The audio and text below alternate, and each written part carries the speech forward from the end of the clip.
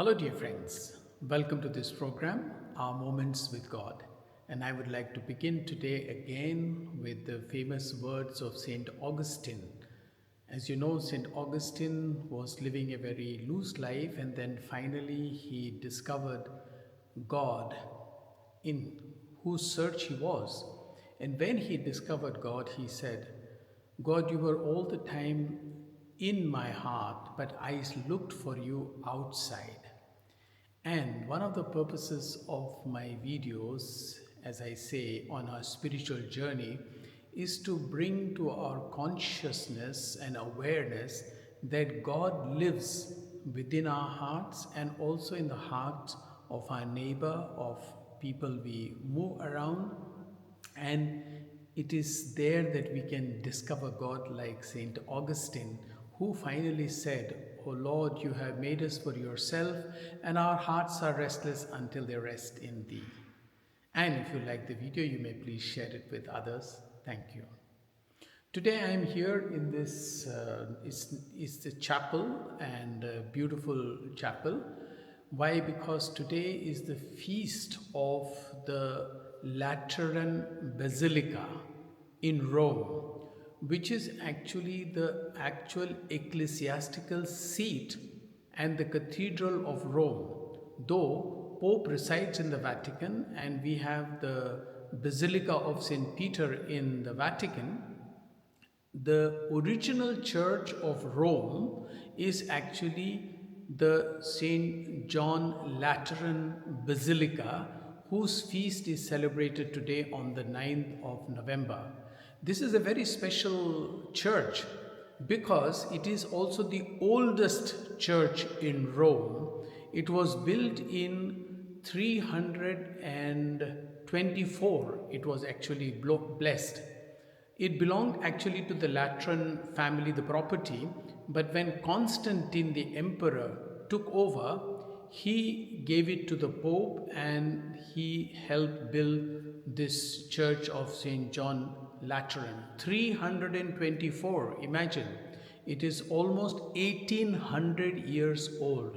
Of course, it was not built in the same fashion and same status as it is today. It has gone through many changes. It got burnt twice and had a long history. Naturally, when a church is 1800 years old, then it has to go through several stages and phases in history.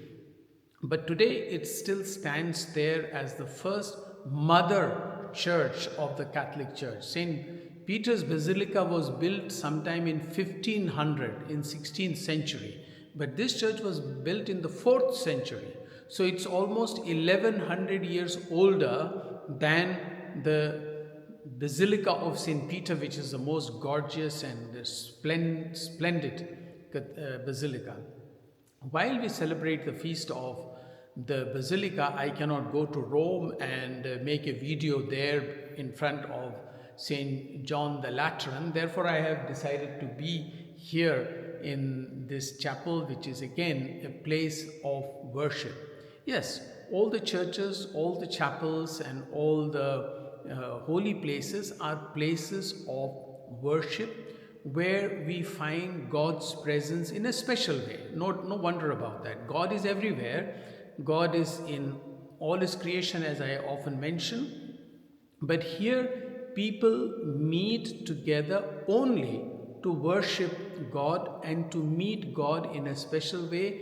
This place is well maintained. It is kept very well. Not only this, but every church in the world or places of worship are well maintained, also honored with awe and respect, because it is a special place of God. It reminds us of what Moses had in the desert, in the tent where the abode of God was. One can say a lot of things about that, but I just want to mention today a small sentence from the second reading of today, which is from the letter of St. Paul to the first letter of St. Paul to the Corinthians. And apart from mentioning other things, he says, do you not know that you are the temple of the Holy Spirit, and that you should be honoring your own body, and of course he doesn't mention it, but I am adding it, also others, because you are the temple of the Holy Spirit. You are the temple of the Holy Spirit. Yes, as I mentioned, all churches and all places of worship are special places of worship where we find God.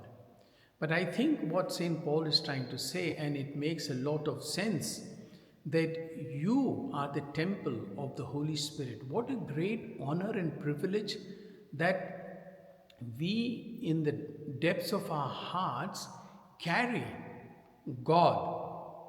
We are the temple of God. How important, therefore, it is to keep ourselves pure and holy, or at least as we decorate these places and maintain them well, as I have mentioned here, how important it is for us to maintain our inner self, to maintain our spiritual life, to maintain our hearts as temple of the Holy Spirit as we decorate. You see all beautiful flowers there, those are real flowers.